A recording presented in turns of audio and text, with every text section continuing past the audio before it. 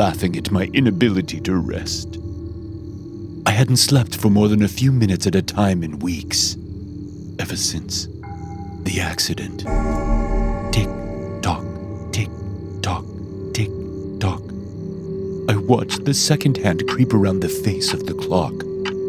It was slowly racing towards my doom. I was almost sure of it. Tick-tock, tick-tock, tick-tock. The sunrise cast shadows through the blinds. I sighed in defeat and stood from the bed, rubbing the sting of insomnia from my eyes. The hardwood creaked in protest as I crossed the bedroom and into the hall. But just as I was about to enter the bathroom, I heard a clattering of dishes coming from the kitchen. I froze in place. My mouth went as dry as cotton. The savory smell of bacon frying in the pan wafted into my nostrils, causing my mouth to water. Then, another clatter of porcelain and the sound of the faucet running in the sink. What in God's name? I tiptoed to the top of the staircase. My heart was pounding so hard, it threatened to burst through my rib cage. Humming. I could hear humming. It sounded just like her. No, it couldn't be.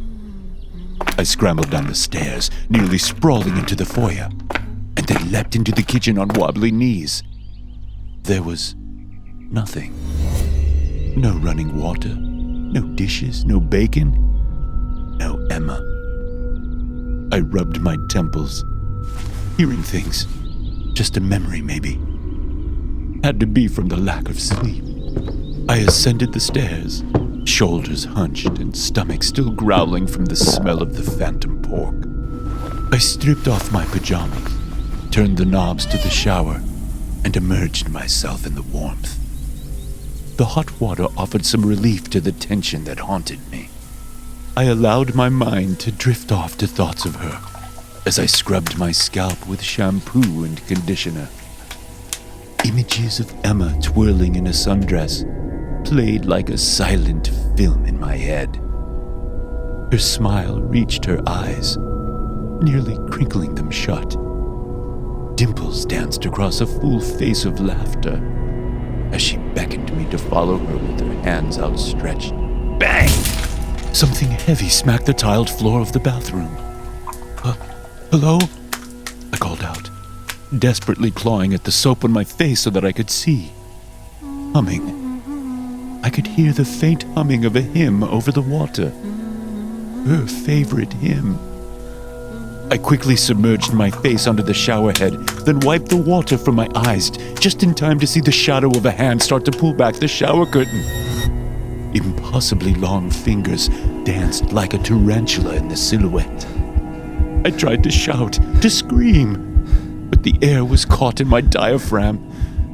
A squeak was all that I could manage. The frail squeak of a rodent escaped my mouth as a blackened claw gripped at the yellow fabric.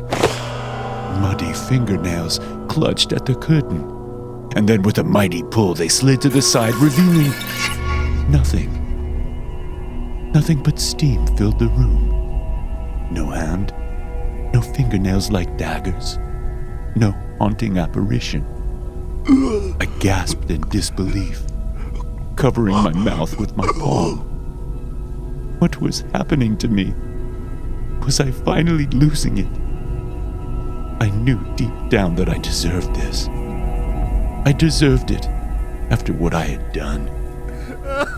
Just as I began to sob into my hands, I heard a boisterous knocking from the front door.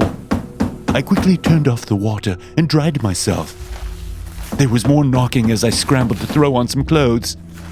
I raced downstairs. The door shook in its frame. "Coming!" I shouted. When I looked through the peephole, my heart sunk into the pit of my stomach. It was the detective. He knows, I thought. But how could he know? If he did, I'd already be behind bars. "Get it together, Eddie!" I scolded myself, lightly smacking my cheeks. With the sting of the slaps, I was able to summon a little resolve. After a deep breath, I flung open the door. "Oh, hello," I said. "Good morning, Mr. Vance. Is this a good time?" He asked, his mustache twitching like a broom. "Oh, sure. Won't you come in?" I tried my best to sound warm and welcoming. The detective smiled and stepped through the doorway, his wide shoulders barely clearing the frame. He was short, but incredibly thick and stocky, built like a bricklayer from an old masonry outfit. "I don't mean to intrude unnecessarily. I know it's been a very hard time for you after the disappearance of your wife," he said. "Oh, no, you are welcome any time. Have you heard anything new about my wife's whereabouts? Any leads on where she might be?" I asked, desperate to sound genuine. "Unfortunately, no. These things do take time, Mr. Vance, and I assure you, we are giving our best efforts. But something is troubling me." He huffed as he plopped into one of my rocking chairs. "What's that?" I asked. "Well, by now I typically have a lead, something to go on. And something just isn't adding up. Could we go over the details one more time leading up to your wife's disappearance?" Panic streaked across my skull like lightning, and I think he could see it in my expression. He furrowed his eyebrows suspiciously, studying me with his gaze. "What's left to say? I've told you everything. It's detailed in my statement. You can reread it as many times as you need to down at the station." "Yes, but I feel as if I'm missing something. A piece to the puzzle that I need in order to find Mrs. Vance." I shuffled my feet nervously, and he caught that too. I was under his microscope. Pins and needles broke into goose flesh across my body. I didn't like being studied this closely. Not about her. Not while I had so much guilt. "I have nothing left to say. We've already gone over the details twice before now. It was a normal Monday. I left for work, kissed Emma goodbye after she handed me my lunch. And then when I got home, she was just gone. No note, nothing." I threw my hands up, exasperated. I'd gone over the story a million times in my mind, but repeating it made me feel dirty, slimy even. It really was an accident. "Was she happy?" he asked. "Who? Emma?" I choked, startled at the unusual question. He nodded. "Yes, she was happy. We were both happy. Everything was perfect. We were wanting to start a family together. We were trying." Tears rolled down my face, and I couldn't stop them. We were really happy. It was an accident. "I'm sorry, Mr. Vance. I didn't mean to upset you." He apologized, standing from his seat. "It's fine. I just don't understand." And that part was true. I didn't understand why any of this had to happen. "Let's talk another time. I'll stop by in a couple of days and we can discuss it further." He patted my shoulder with his massive paw. "Okay," I whimpered. "I'll go speak with her mother again this evening. See if maybe I missed something there." I nodded as we crossed the living room towards the front door. We were almost there when he stopped suddenly. "You said it was just a normal Monday and you went to work, right, Mr. Vance?" Yes, that's right. Why?" "Well, in my notes, I have it as Monday, May 30th, which was Memorial Day. You worked on Memorial Day?" My stomach did a flip in my abdomen. I had forgotten about the holiday when I made up the story. No one had caught it, though. Not until now. Yeah. My boss is a real piece of work. Needed some lines adjusted on the production floor. A real pain in the ass. But I couldn't complain too much about making triple time. It was the best lie I could come up with on the spot. "I see. And your boss can confirm that story?" He eyed me inquisitively. I don't know what you're insinuating, Detective, but yes, he can. I replied sharply, feigning astonishment while I was actually screaming in terror on the inside. All right, Mr. Vance. I didn't mean anything by it. I just want to make sure I have all the facts straight so that I can find your wife. That's what's important, right? Making sure she gets home safe. He smiled and shook my hand at the threshold of my home, his huge mittens wrapping around mine. Yes, sir. That's what I want. More than anything. See you in a couple of days, Mr. Vance. Get some rest. You look tired. Will do. Thank you, Detective. We exchanged waves as he pulled out of the driveway in his unmarked police car. I sighed after shutting the door and slid my body down to sit on the floor. I wept over my knees, sobbing so hard that I thought I'd empty my stomach. But there was no food to vomit. My appetite and sleep were remnants of a past life. A life that had Emma in it. I rolled to my side to lay on the floor, curling my knees upward into the fetal position. The cool touch of the hardwood felt nice against my cheek. Exhaustion took hold, and I slipped in and out of sleep for the next 45 minutes. I was awakened by my stomach grumbling loudly. I guess I was wrong about the zero appetite. It had been 2 days since I'd really eaten anything. The hunger washed over me in a wave of nausea. I struggled to my feet and shambled into the kitchen. My head swam as I opened the fridge. The shelves were almost bare, except for half a pie and a few oranges. I pulled out the pie and set it on the counter. It was rhubarb, fresh from the garden, Emma's favorite to make. I inspected it closely. No mold to be seen. I cut myself a slice and put it on a paper plate and took it into the den. I plopped down in the recliner, and after a minute of hesitation, I gave myself permission to eat. I devoured the pie feverishly. It was both bitter and sweet at the same time. The crust was still flaky and delicious. She had always made the best pies. Just as I was getting close to finishing it, I felt a tickle in my throat. I started to cough, then choke and gag. The pie threatened to close off my windpipe. I panicked and dropped the remnants on the floor and crawled on all fours across the carpet. Hacking and wheezing, I clawed at my neck and then shoved my fingers down my throat. I gagged as I pinched at the blockage. I pulled at the thread in my esophagus and dry heaved as the debris gave way. A large cluster of blonde hair emerged from my mouth, hair as golden as wheat in the field. It was her hair, Emma's hair. I just knew it. I cried and cried and then puked into the snake plant by the fireplace. I emptied my guts into the pot. Emma, I'm so sorry, I pleaded.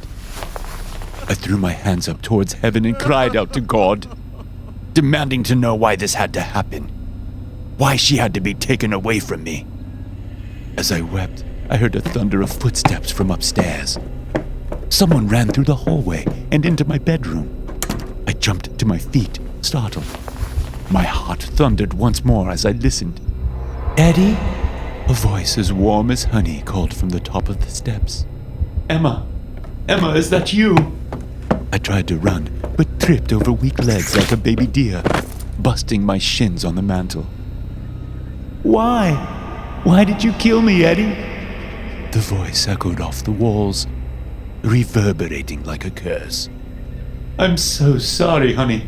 I didn't mean to, I cried, scrambling off the floor. I'm burning, Eddie. I'm in hell. And soon you will be too. The voice turned malicious, cackling like mad. No, please no, I begged. Blood began to pour from the ceiling and down the dry wall. Thick, viscous fluid pooled around the soles of my feet, sticky and warm, saturating the carpet. It's not real. It's not real. It's not real. Oh, Eddie, We're going to burn together, don't you see? We all burn down here. The footsteps grew closer to the foyer as the blood rose. I squeezed my eyelids shut in hopes to remove the vision from my sight. The cruel laughter reverberated throughout my skull, threatening to rip my brain in two. I prayed. I screamed. I chanted. I felt the warmth of the blood rise up to my waist, creeping into the creases and folds of my pants. It's not real! I bellowed as loud as I could and opened my eyes. But there was nothing. No sound, no blood, nothing. Why? I mouthed, more tears streaming down my face. I wasn't sure what was happening, but I knew now that God had forsaken me. That punishment for my sins was being doled out, and that I deserved every bit of it. I spent the next several hours cleaning. I didn't know what else to do. I just needed to keep my hands busy. It was therapeutic, and something I had been putting off for weeks. It was something to keep my mind silent as I scrubbed the crown molding and floorboards with sponges, mopping the hardwoods and vacuuming the carpet. I even repainted the guest bedroom downstairs to a lovely shade of violet, her favorite color. Anything to keep me preoccupied. By the time I was done, the sun had set over the hill. My muscles twitched and my joints ached. I felt so weary, so tired that I could feel it in my bones. I stumbled up the stairs and threw on some fresh clothes and climbed into bed. I felt more tired than I ever had, and yet I lay awake, staring at the popcorn-plastered ceiling. Tick-tock, tick-tock, tick-tock.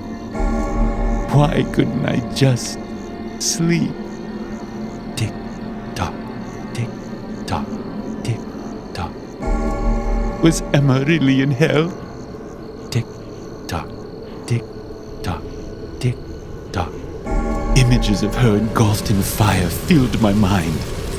Her flesh melted like candle wax as the flames flickered around her face.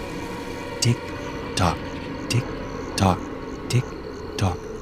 She cried out to me, begging me to stop as the fire melted the sinewy fibers around her eye sockets. Tick-tock, tick-tock, tick-tock. Her eyes popped like jelly from the pressure of the heat and rolled down her cheekbones. No! I screamed, jumping from the bed. I ripped the clock from the wall and bashed it on the floor over and over again until it was in pieces. Shards of glass and ribbons of decorative plastic littered the floor. But finally, the tick-tock was silent. I breathed heavily, my gasps for air the only sound now in the quiet room. I giggled under my breath in relief, in ecstasy, over finally being done with the mocking of the clock. I rolled my head lazily to the side of my shoulder to see a shadowy figure in the doorway. I screamed in surprise and pushed myself into the corner of the bedroom. It was her, only a version of Emma from my nightmare. Her shoulder blades cracked and rolled back as her elbows pointed in impossible angles. Hands broken and spread like deciduous branches. She lowered herself on all fours in a breech position. She scurried like a devilish crab towards me, causing me to piss myself. Urine gathered in a puddle at the end of my pant leg as she came to hover over me. Her impossibly large eyes gazed into mine. They were black, no longer blue, and a thick purple syrup ran from her mouth, staining her teeth. Eddie! She whispered harshly. My throat was dry. I tried to swallow but couldn't. Eddie? What? I managed to croak out. Come to the garden, Eddie. I have something to show you. I broke down and wept. I couldn't look at her anymore. I couldn't look at what she had become. I covered my eyes and cried until a rumble of thunder shook the foundation of the house. When I opened them, She was gone. Before I had time to process what had happened, heavy rain pelted the roof in sheets. It was deafening. Lightning struck the ground outside and illuminated the empty room. I scrambled to my feet and raced down the stairs. I tore through the house like a madman, pausing at the sliding glass door. Lightning flashed in the backyard again, glowing against the rose bushes at the edge of the garden as the thunder roared like a lion. I slid it open and ran through the backyard, my pajamas almost instantly soaked by the downpour. Sprinting to the garden, I narrowly missed another lightning strike. The electricity traveled through the soles of my feet. A coppery taste rolled across my tongue. I reached the garden. The tomato plants and corn that Emma had planted swayed in the storm violently. Pools of water gathered in the mud, growing deeper and deeper as it raged on. I clawed my hands into the mud, ripping it away in chunks. I dug and dug through the garden soil.